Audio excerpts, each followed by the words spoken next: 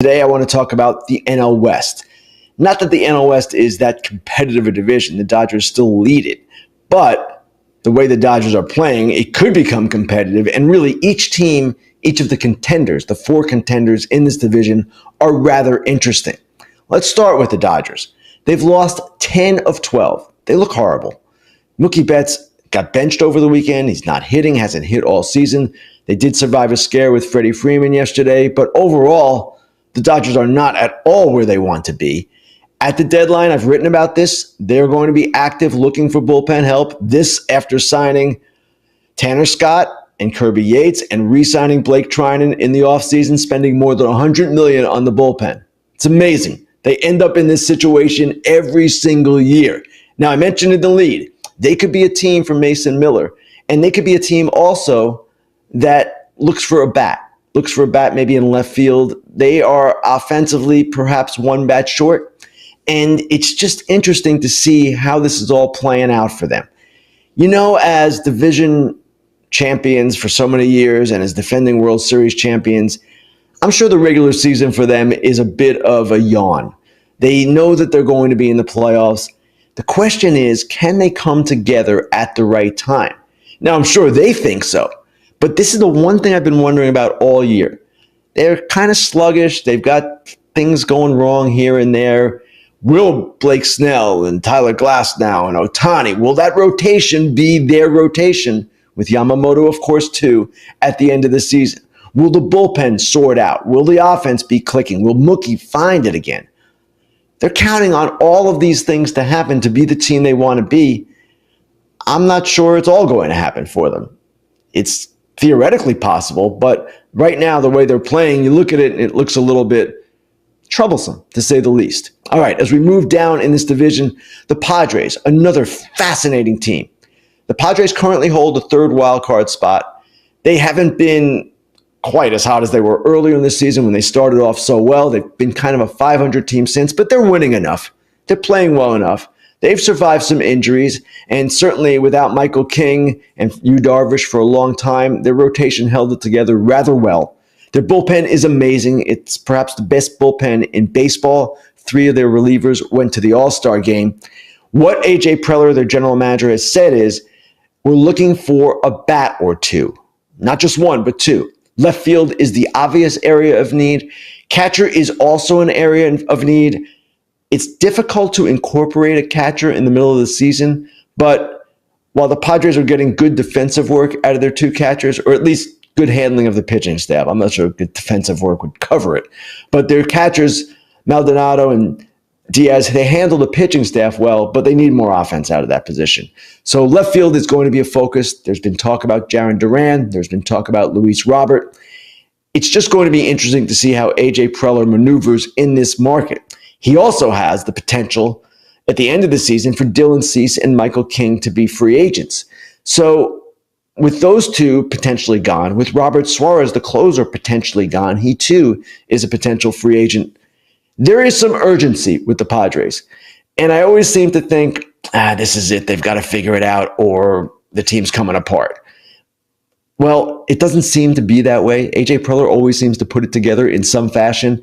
This, though, is a unique challenge because when you lose those kinds of pitchers, if they do lose them, then obviously it's a different kind of team going forward. So the Padres, as always at the deadline, a team to watch because with Preller, you never know what might happen. Then there are the Giants. The Giants, 11-17 since the Rafael Devers trade. 11-17 since this transformative trade that was supposed to elevate their offense and make them into a different kind of team. Hasn't happened. Get swept by the Blue Jays over the weekend, as I mentioned. They're now 2.5 back in the wild card race. They've fallen behind the Reds. And they just don't look like a kind of team that you expect to make the postseason, do they? They need a lefty reliever. That's something pretty clear right now. They lost Eric Miller. And they are a team also that needs another bat. Put that bat in the outfield, perhaps. I don't know where you put it exactly, but at some point, they're going to have to get more offense too. Maybe it's second base. That's where Casey Schmidt is right now. Casey Schmidt, naturally a third baseman. He has not shown yet he can really hit in the major leagues, has shown flashes. But This team offensively is disappointing. Willy Adames has come on now, but it's been a while since he did come on. It took him a while to get going. So the Giants are a team to watch too, because after making the Devers trade, you can't imagine that they're done. They're obviously going for it. They obviously want to be in the playoffs again, their first year under President of Baseball Operations, Buster Posey. But right now, they look like they're short. And then there are the Diamondbacks. And I wrote the Diamondbacks, or wrote about them today, in the lead of my notes column. The Diamondbacks are perhaps the most interesting team in baseball relative to the deadline right now. And what I wrote about is how this is not just about 2025 for them. It's also about 2026. And what I mean by that is this. Corbin Burnes, A.J. Puck, Justin Martinez, those three pitchers, pivotal to the Diamondbacks' chances, are all out for at least the first half of 26 after undergoing major elbow surgeries. Now, the Diamondbacks have all these potential free agents who are attractive. They could make qualifying offers to each of them. I'm talking about Zach Gallen, Merrill Kelly, Josh Naylor, and I'm talking, of course, about Eugenio Suarez as well. You can make qualifying offers to all of them, but as I wrote, they probably would all reject them. And if they all reject the qualifying offers, if you're keeping the team together, then you're looking at 7 players that you're without at the start of next season. The 3 who are injured, the 3 pitchers, and then those 4 free agents. So that is why, as I wrote, they need to trade several veterans. They don't need to trade them all because they just swept the Cardinals and they suddenly look like they could be making a push even though their bullpen is absolutely depleted. They're waiting for guys to come off the injured list. Jalen Beeks and Ryan Thompson and Shelby Miller. They don't look like a playoff team. But they have one of the most dynamic offenses in baseball, top 5 offense. And maybe they carry that offense, carries the Diamondbacks to a playoff spot the way Detroit's pitching staff carried the Tigers to a surprising playoff spot, even after they sold last year. Not saying it's going to happen, not saying it's particularly likely to happen, but the Diamondbacks have this talent, this amazing offensive talent. And if you trade Suarez, and the Brewers could be a team for Suarez. The Yankees could be a team. Of course, the Cubs. We've talked about all these teams relative to Suarez. Then you could have something with Jordan Lawler replacing him at third base. You could put Pavin Smith in at first base if you trade Josh Naylor. There are things you can do.